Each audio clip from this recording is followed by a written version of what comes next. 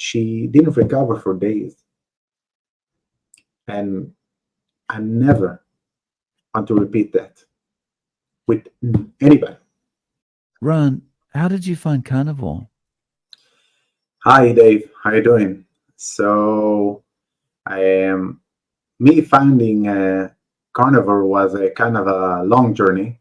I transitioned into Carnivore approximately 7 to 8 years ago. Um, well, I guess I should start by saying that I was a sickly kid. I was very, very, very skinny. I always had a problem with my weight, and I was one of those kids that was always attached to a napkin, sneezing and putting out all kinds of fluids through my nose. It was kind of a hassle, but we didn't know what to do about it. But I was always a sickly kid, and but I always was very active. So when I was active, my symptoms always lowered down, always dropped off. So I kept myself always active. So one of the problems I had first was allergies. Okay, runny nose, itching, red eyes, all kinds of blashes in my skin, and all kinds of mosquito bites that turn very bad and stuff like that.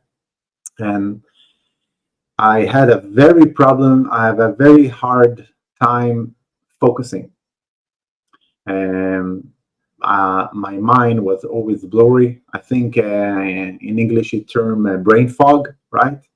I always had a lot of brain fog, and it was hurting my studies. It was hurting me going to school like everybody else.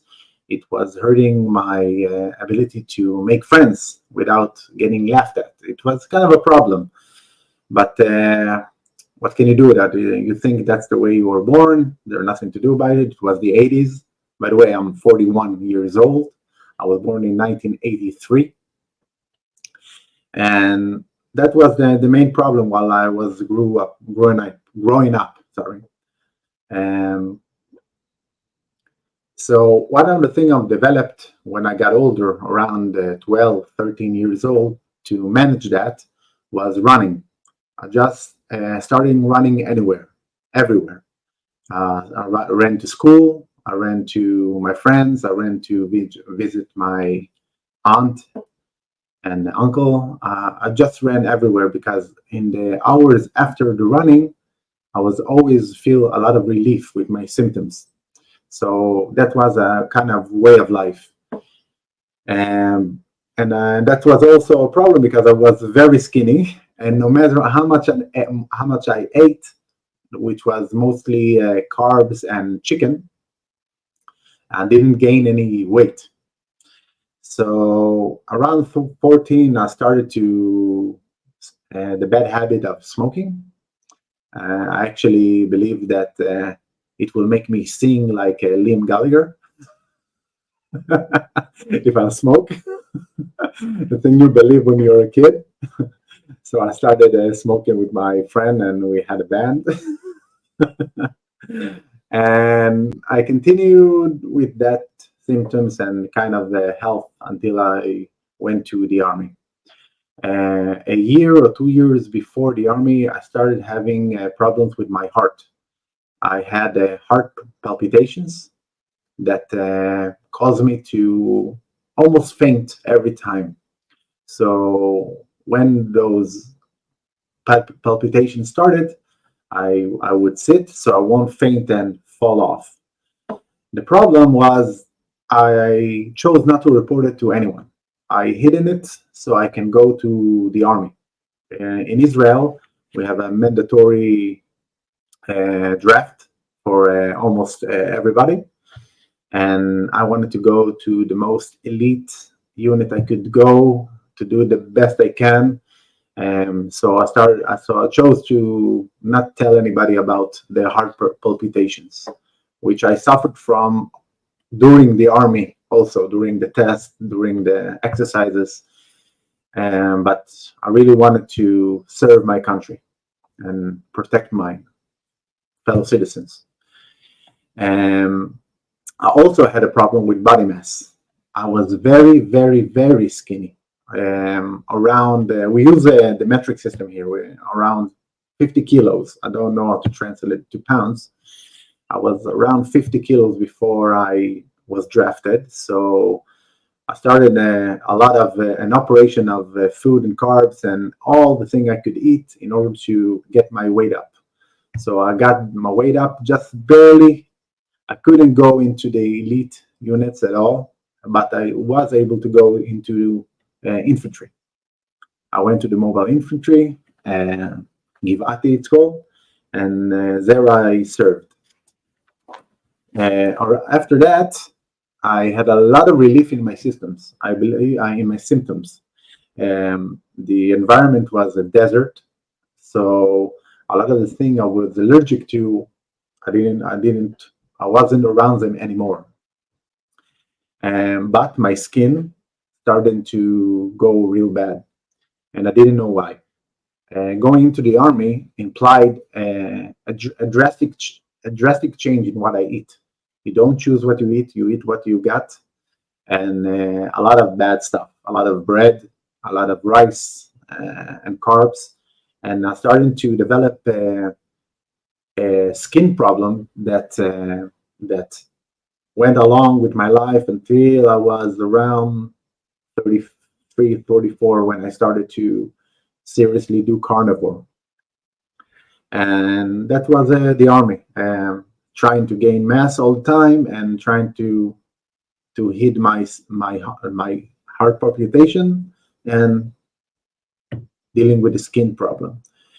When I got out of the army, the skin problem was catastrophic. It was terrible. The skin, I don't want to disgust anyone. It was in a hidden area around the legs, and the skin became red and then dead and then like a desert that is dry with all of these lines and stuff. It was terrible. The itchiness occupied, I believe, 70% of my brain capacity, of my thinking capacity all the time. And it was a problem because after the army, I wanted to start my studies. Here you have a thing called psychometric test, which is an equivalent to your SATs. And you need to be very focused. You need to be without any brain fog in order to pass the test. Somehow I did.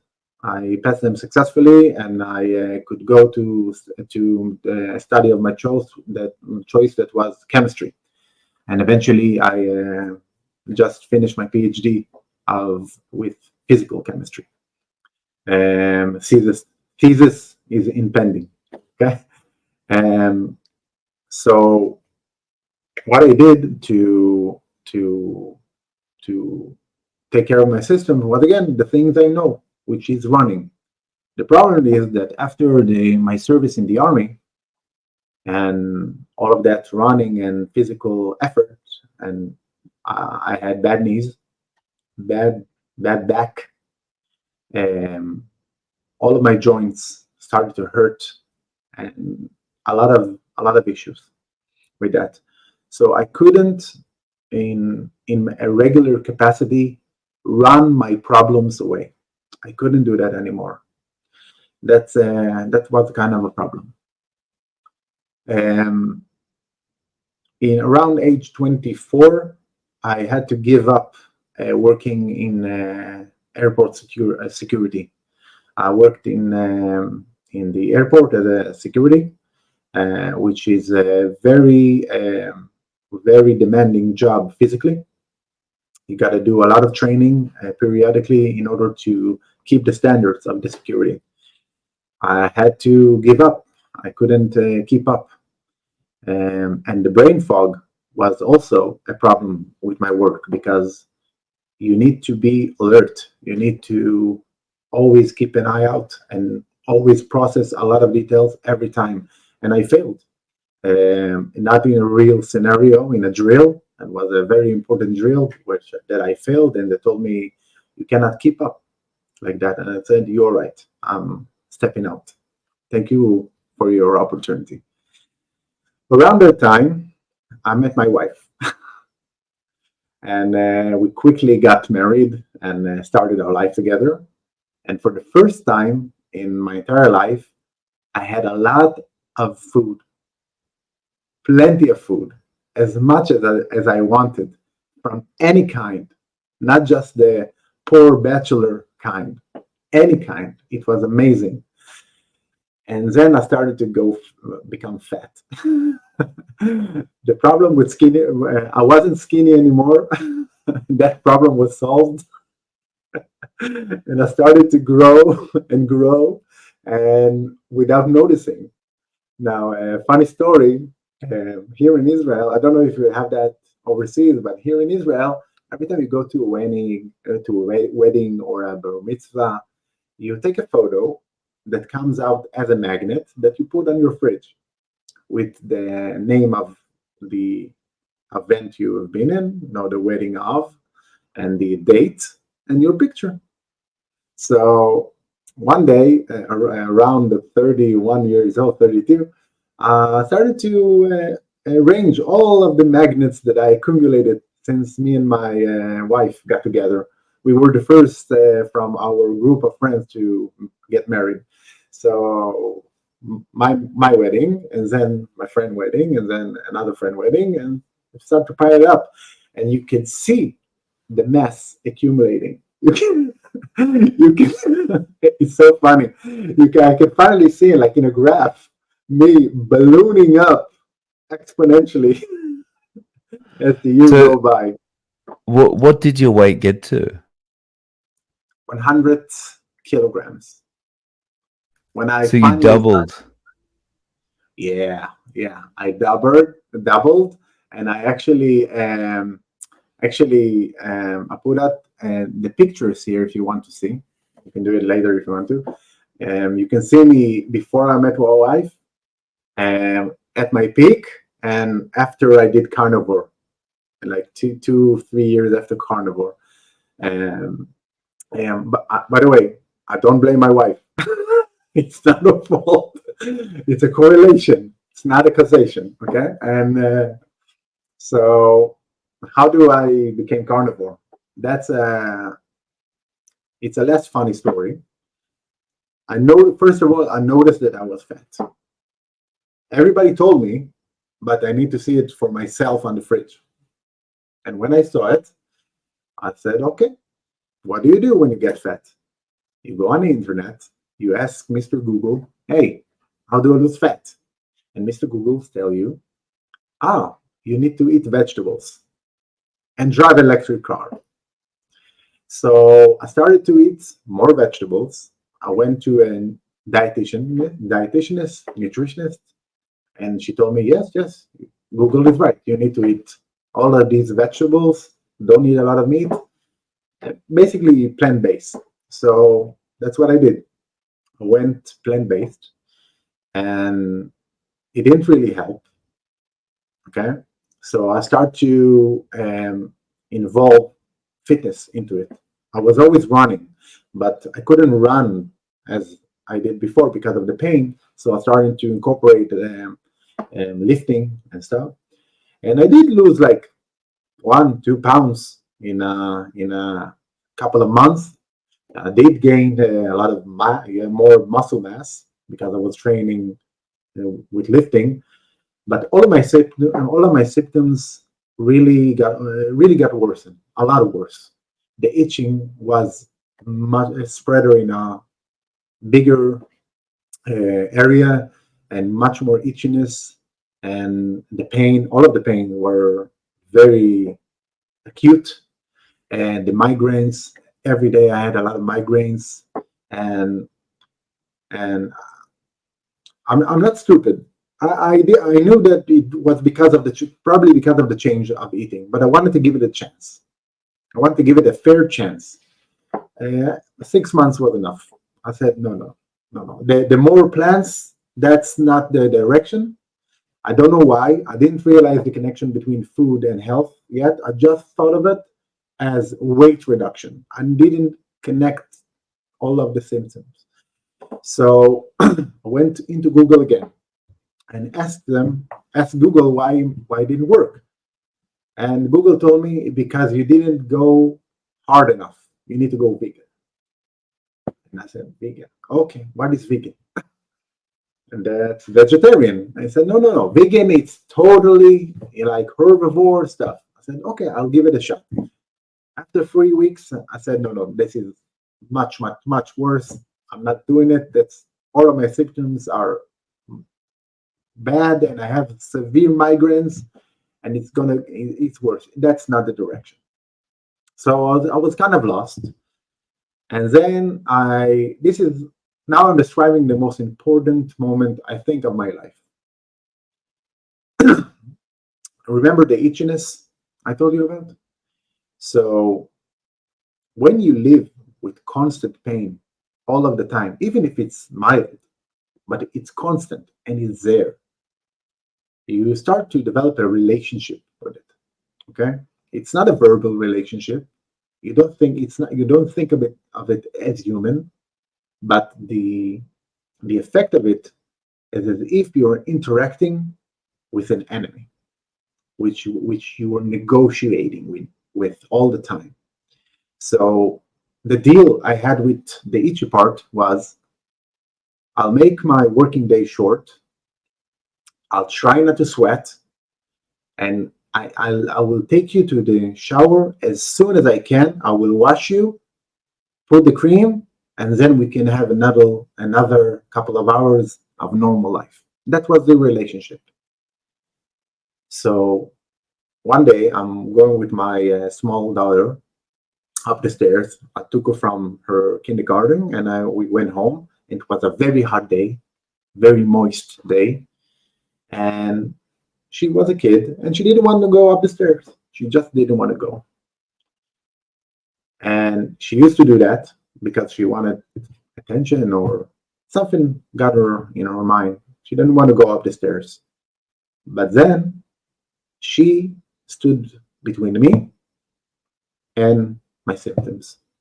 She stood between me and getting into a shower to make my pain go away.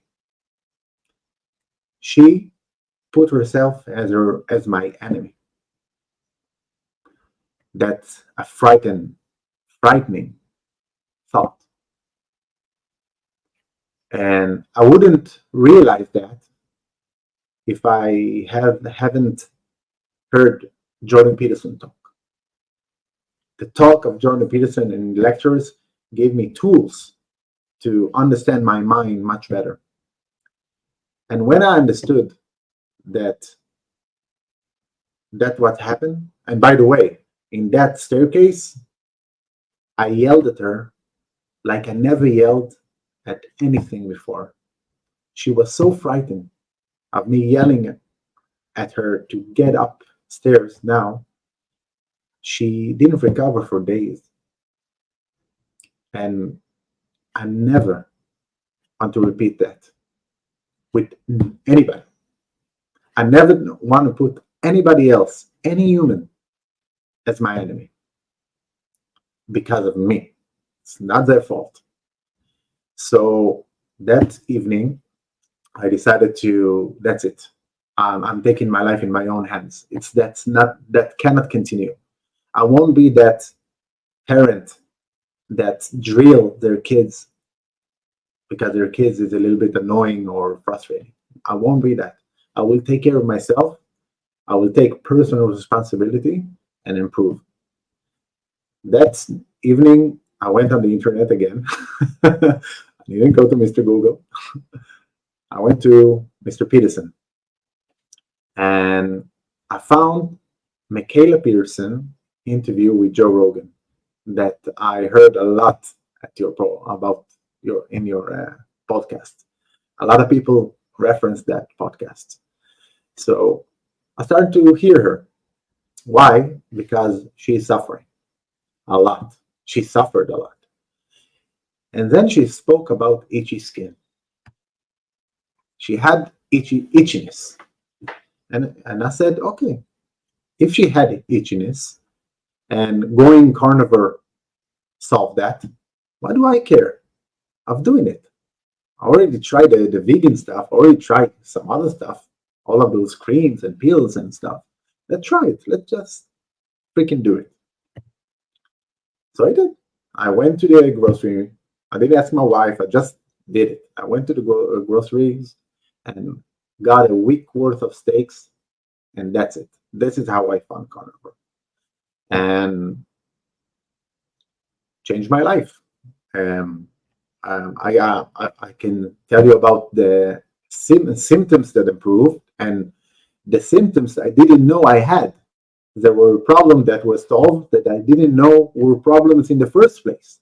There were things that vanished that I was told that are just part of life. So the first week was just steaks, steaks and butter to fry the steaks. So I had, that's amazing. I'm going to tell you about it. That's amazing. Okay. The first week was finding, okay? I saw a first improvement after 3 days, okay? The brain fog was gone, totally vanished after 3 days. For the first time, then since I was a kid, I could think clearly. It was amazing. And all of the itchiness vanished. The scarring, of course, the dead skin, all of it remains, but the itchiness vanished. And I had, before I started, I had bleeding from my gums and from my nose and from hemorrhoids before I started carnivore. All of the time bleeding. Every time I brush or every time I go a little bit high in elevation or dry air, and it was every day. I used to just stick a tissue paper in my nose and go on with my day. Vanished for the first time. It was amazing. And the migraines was reduced almost completely. Now I had them only for the few couple of minutes in the morning before I drank my first coffee. And energy, I have an upswing of energy. And for the first time, I realized something that I don't think everybody has realized. People think that go work out, you will feel better. That's the line, which is true. It does make you feel better. But what about feel better and because of it, go work out? Meaning that it's a lot easier to feel good and then wanting to put energy out than the other way around. It's a lot harder to be without energy and to start going to do workout. And all the people in my life that just told me, man, you're just lazy, man. You don't work out because you're lazy. Just start. And I said, I'm in pain. I don't have energy. I'm in pain. I want to do it, but I cannot. I don't have energy. But after I regained my energy and my will to do workout, I kept myself not telling anybody, oh man, you should just go run, man. Start running, you will feel better. I'm very careful about it. When I see somebody struggling, I advise them to start with the nutrition and see if the will to spontaneously run arrive. So that's just in the first 3 days. After 3 days, I just wanted to run again. And in the second week, I had a lot of improvement in my skin problems. And the dead skin that was on the itchy parts start to peel away. And that was interesting. I had smell, like when you don't brush your teeth, you feel like icky because you have bad smell. I didn't have that anymore. Meaning I could do like the thing what you do with your mouth, like that, and get a really good response, really positive feedback from myself. That why, and also my wife told me that I didn't have this bad smell anymore. And of course, let's say it quietly, the farts didn't have farts anymore. That was kind of a relief because when you go to class in academia, uh, that can be kind of no, you know what I'm talking about. And in the first week, I had a special kind of stool. Okay, after 3 days, I have a special kind of. I won't describe it. Let's say it's special. But after that, I went to the bathroom only once a day for number two, and it was small, uh, mostly odorless. And you come in, you do it, and you go out. That was surprising. That was the first time in my life when I thought I had a problem. I thought that something clogged up. Maybe I thought I have a problem, but I saw other carnivore talk about it, and so I thought it was okay. Um, Another thing that happened that my I had swelling in my belly, meaning that when you pinch your belly, you can pinch the layer of fat. You can approximate the thickness of the layer of fat you have by pinching, but behind that there is a lot of swelling of the intensital in I don't, sorry about this word. This whole area it's dropped dramatically. So I didn't drop like 10 kilos that week, but it felt like I dropped 10 kilo that week. I need to, on the second week, I need to go and I already need to go buy new pants. It was kind of incredible. And another thing that happened that the the the joint pain, the pain of doing like this and moving, the pain I had from my army service in the right knee. I remember when I got injured in my right knee. That pain finally went away. Finally, it was amazing. So I look at this while I'm experiencing all of these improvements. I look at at this carnivore way of life and start thinking to myself, what the hell Google is telling me? I'm doing everything opposite from what is supposed to be good. You're smiling. You're smiling. Yeah, you're the most familiar figure with that kind of story. I'm doing everything wrong, and everything become well. It's remember the movie Matrix. Um, so in the movie Matrix, he takes a pill. Okay, he chooses to take this pill, and after he takes this pill, he sees the world as it really is, and not the way people want him to see it. So I felt exactly like that. I started to see the code.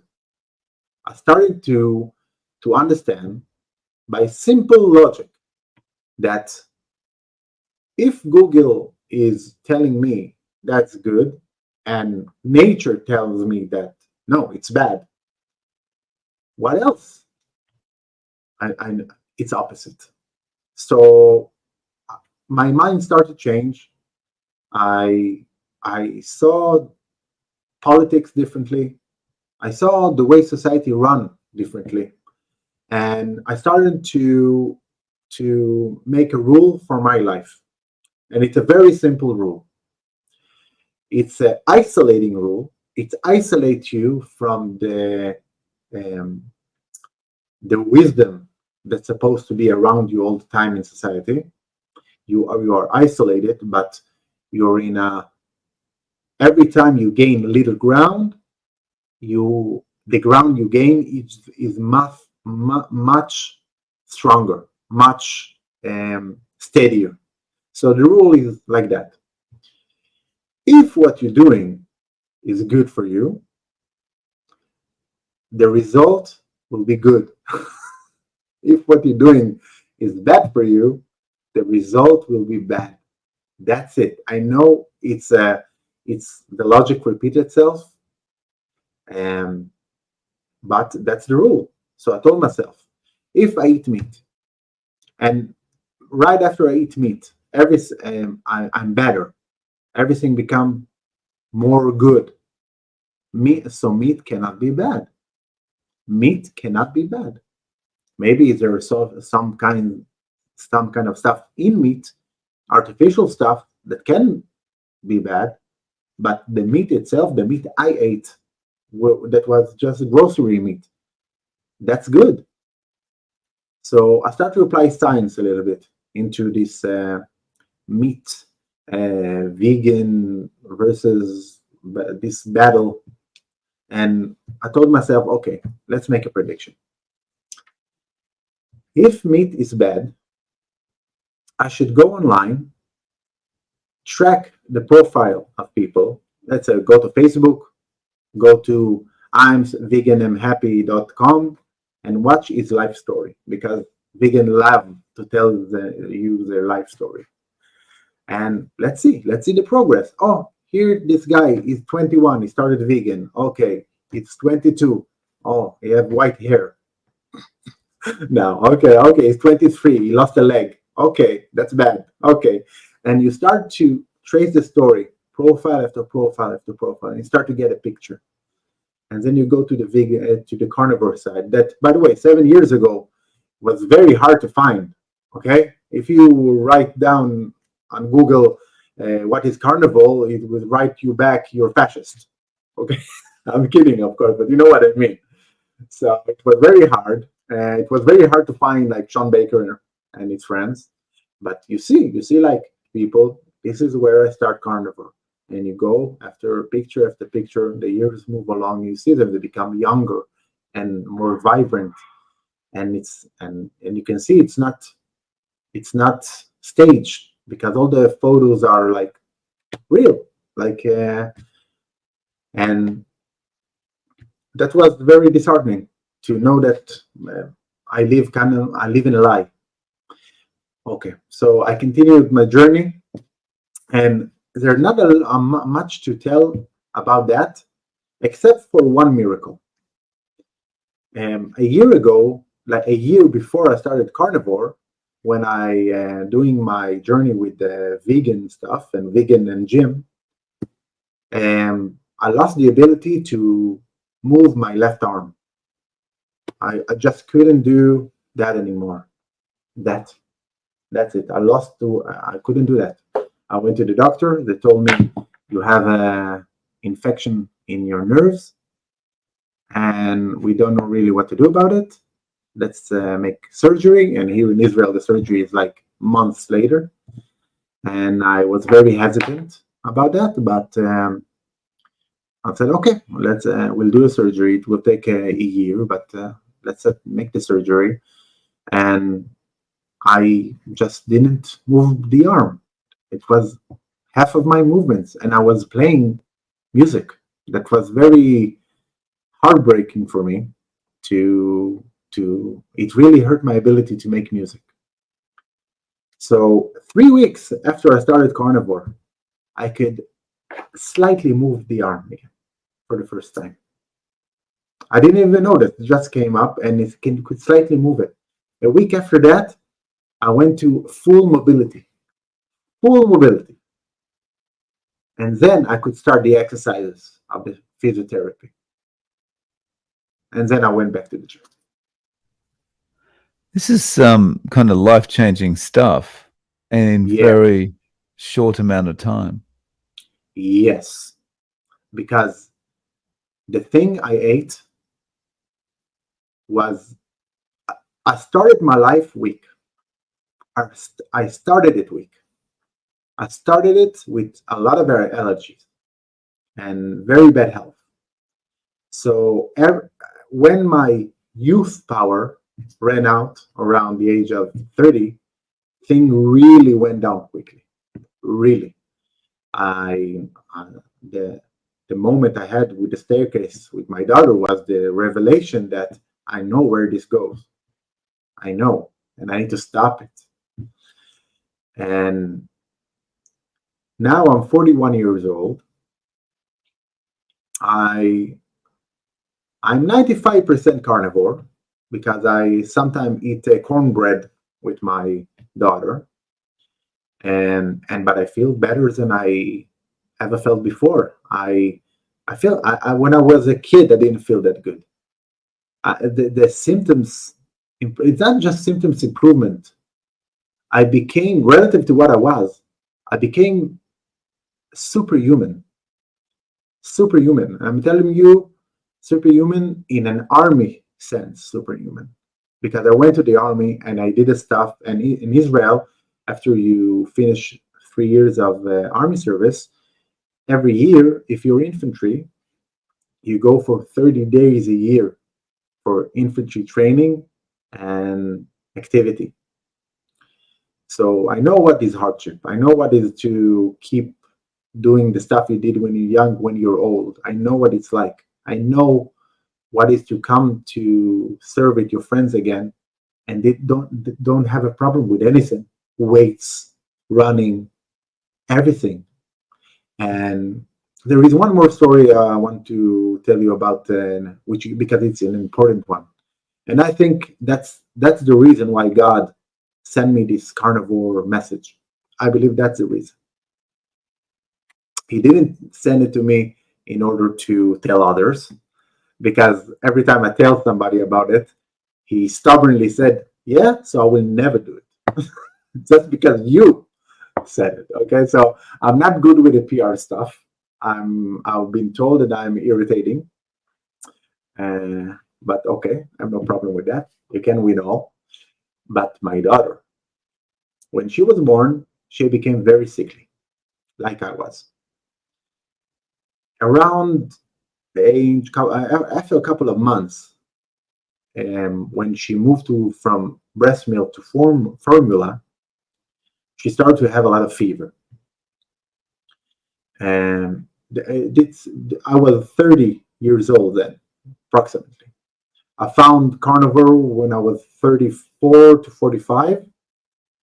And when she was 2 and started to really eat all the solid stuff, she started to faint a lot.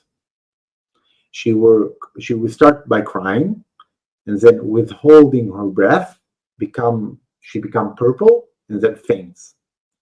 When she get out of the faint, she will puke. And this thing will happen 2, 3, 4 times a day. We all the time, every month, we were once or twice because of lung disease, lung infection, I think it's called in English.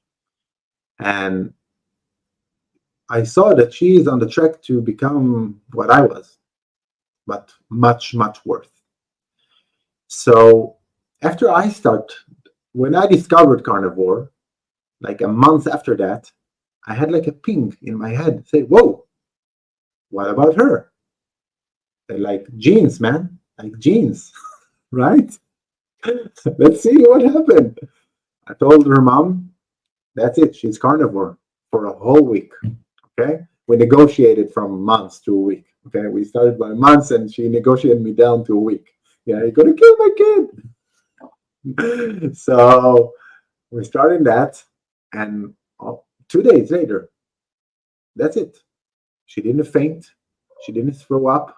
She didn't eat anything, and she didn't had a fever, that kind of fever, until this day. She's now 10.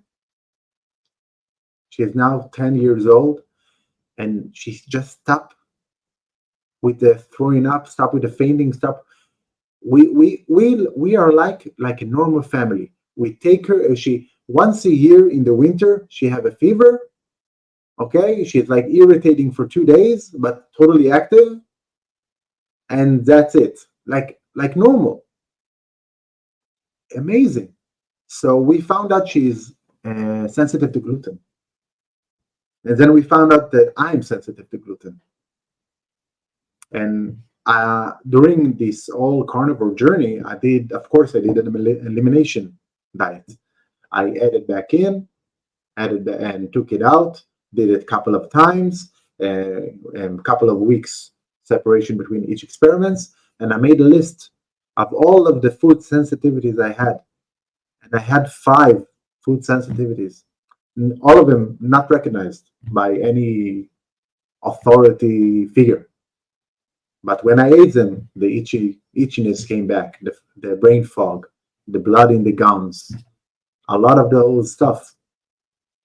And the hemorrhoids gone, of course. I forgot to say that a couple of months after I started carnivore, the hemorrhoids, which was a problem in my And family. and the palpitations have not come back. That's not been an issue.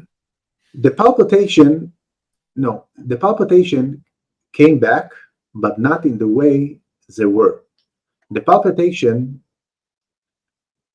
they used to happen after I run. After I finish my run, I rest. My pulse went back down, and then the heart palpitation would strike, and then I would faint, almost faint. But it didn't happen. Now I had the arrhythmia again, and weekly arrhythmia, not that strong, and I didn't have like the fainting or the wanting to sit down. It was just annoyance. So I did a surgery. Okay, they did a surgery. They found that one of my flaps of my heart was kind of damaged, and they sting it a little bit with a little bit of electricity, and that's it. I didn't have any more heart palpitations since. So I don't think that the heart palpitations was because of gluten or the food, but I think that the worsening of the symptoms was because of the food. Wow. So, um, you've been eating this way for 7 years, Yes, and approximately 7 years. what's a normal day like for you, eating Well, wise? 2 meals a day, or as everybody, I started with a lot of meat, like 3 4 times a day, and then after my body said, "Thank you. Why it took you 33 years to give me this?" After that was finished, I started to eat 2 times a day, sometimes 1 times a day, and sometimes that depends on the last meal. Sometimes I don't eat at all through the day, like today when I the steak I ate yesterday was so good. I'm not hungry. I just I didn't I wasn't hungry. So a usual day for me um, is I go to work in the morning. In the afternoon, me and my other office associates um, go to lunch. They put their meals, and I put a burger, just one lone burger, which I sometimes eat with a little bit of ketchup. And that's it. That's one burger, 250 grams. That's my meal. If I'm hungry in the evening, which I not always do, I eat like 3 eggs with a little bit of cheese, and that's it. That's the food between Sunday and all the way to Friday. On Friday, we eat together as a family, salmon and all kind of nice stuff you can do with carnivore. so is your daughter still eating this way, and has your wife joined in?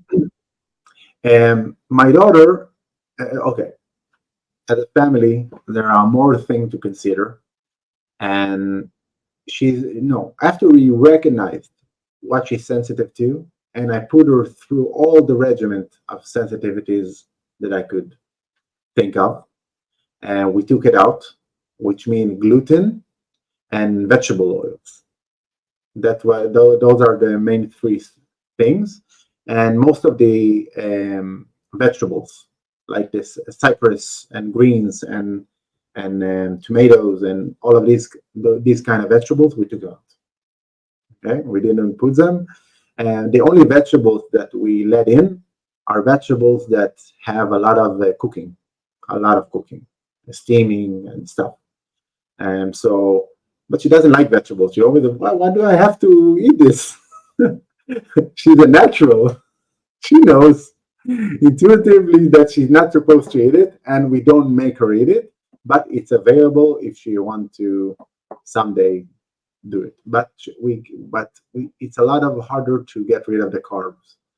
But we make our own breads, and we selectively choose our rice, and we do it all without vegetable oils. So we basically only eat animal stuff, rice, and corn stuff to make the bread. That's it. And they eat them. I don't touch it a lot. And when I touch it, I pay for it. And my wife, she's not into it really much. She does understand that it's the good way to eat of eating. She do understand it.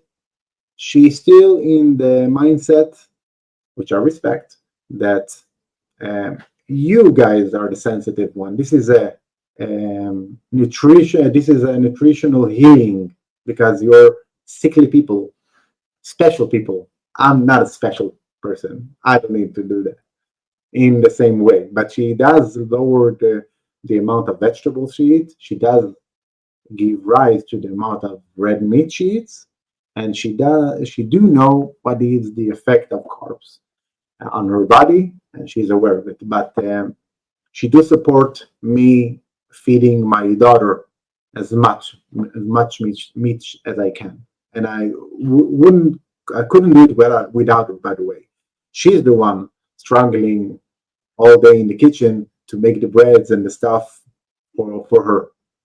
She put a lot of work to do something that she doesn't love herself enough to do it for herself. That's a pity. But I respect her way, and I'm just happy that I could not inflict harm on my kids. That's the most important stuff. We bring them to the world, and we say, okay, okay, we're not as good parents as we thought. Let's at least not break it, at least. And we are managing not to break her, even though everybody else in the building and in the neighborhood and in the school think we are crazy, and we are the most crazy 40-year-olds that look like 25-year-olds around. So yeah, I mean, you get quite strange reactions. Like people think you're crazy. I Oh mean, yeah. how do people react at Oh, work when you have just that burger for lunch and everyone else is eating their regular oh. kind of diet? Remember when I sent you the mail? I told you now, after 7 or 8 years, I'm ready to speak about it because of the reactions, man. It's because of the reactions here in Israel. We are a Jewish population, and Jewish people are very, very critical people and very set in their ways.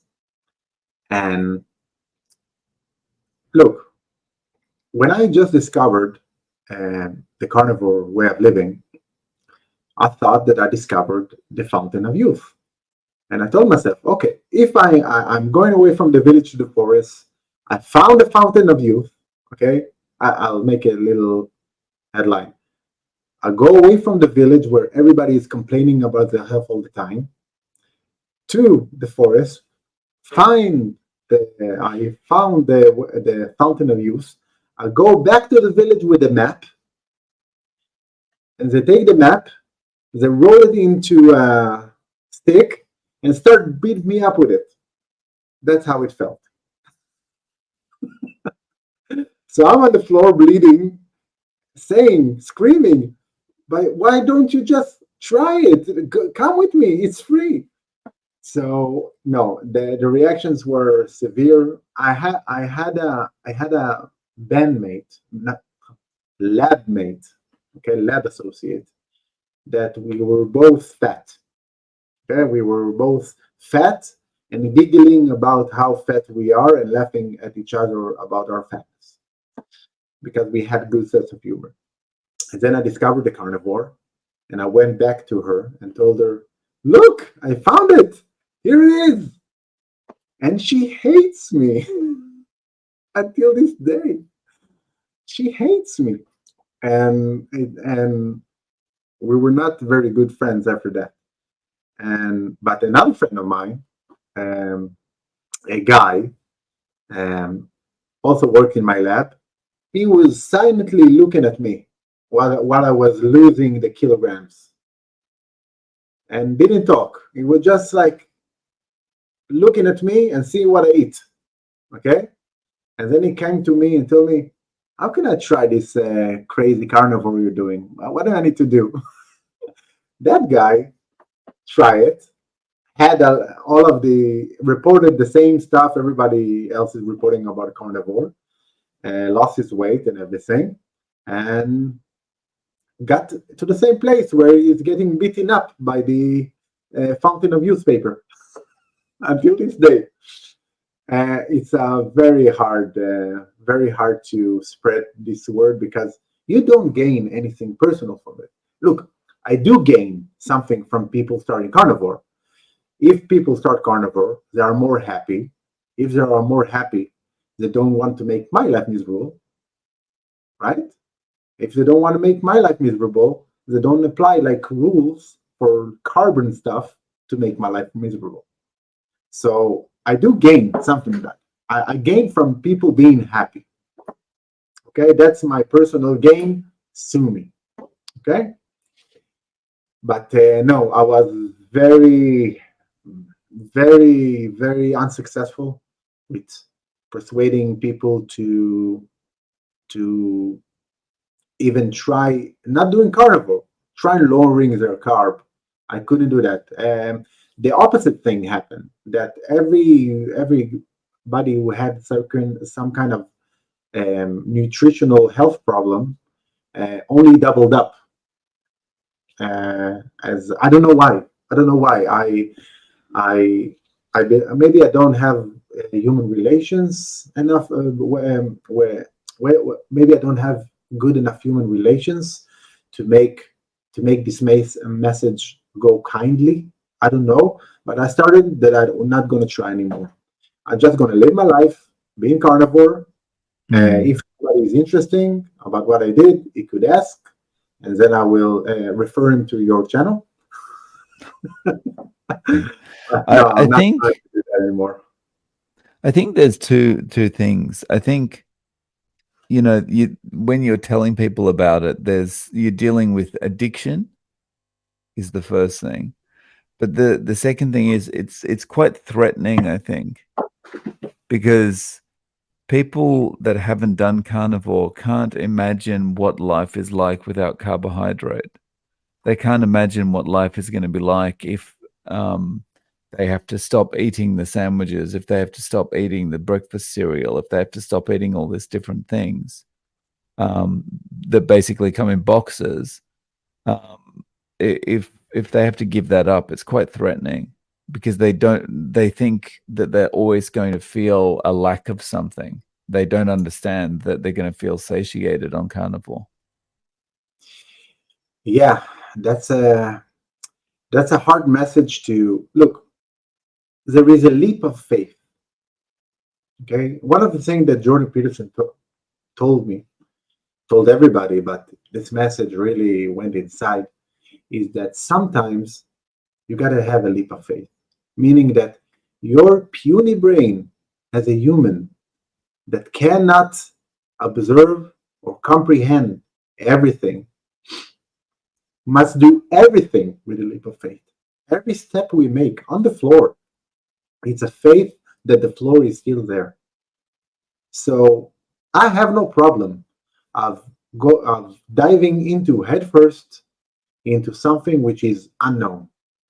I never had this problem, and you got to have your humility to understand that every step you take, it's a step into the unknown. But if you are proud, if you have pride in yourself, unwarranted pride, you said to myself, if this way was good, it would make sense to me. My intellectual brain, my intellectual, strong human brain will detect the fallacies in the way, and I would. No, it doesn't work like that. You go into the veganism stuff because You want to look good, like they look in their videos. You want to have what they have. You have idol worship, if you recognize it or not. It doesn't work that way. So seeing Michaela Pearson saying, "I had a itch, I ate meat, no itch," that was enough for me because I was suffering. Suffering humiliate you, make you understand that you were a person. Damn it, man. Sorry about language, but I was suffering with these allergies and itchiness from when I was remember myself. Since I can remember, the itchiness from it was got worse after I went to the army, but allergies all of my life. Nobody could solve that thing. Nobody, all of the doctors, all of the organization cannot solve that. So we gotta have some kind of humility and understand that some things you gotta take a leap of faith, and some friends are friends. Some people that tell you, man, I tried this granola bar with a nut on it and it cured my cancer. What do you care? Try it. Okay, it's wrong. Try it. You know what I mean? And also just saying that if somebody tells you, hey man, take a leap of faith, you gotta eat only pasta. People are a lot more easy to do that. Said, oh, eat only pasta. Oh my God, the leap of faith. How can I do that? No, it's only when you take out the pasta, the leap of faith is really tested. The but it wasn't a problem for me. I'm an army veteran. I don't have problem with hard stuff. I do have problem with suffering kids, with suffering infants, and I really think that if if more parents would do for their kids, no, not, I will rephrase. If more parents we try it, we try carnivore on themselves, not for the love of themselves, just to find out if it's true, so they can apply it on their kids. Not apply full carnivore, they don't have to do that, but remove all of the dangerous stuff that makes their children swollen and fat and aching. I wish that's my prayer.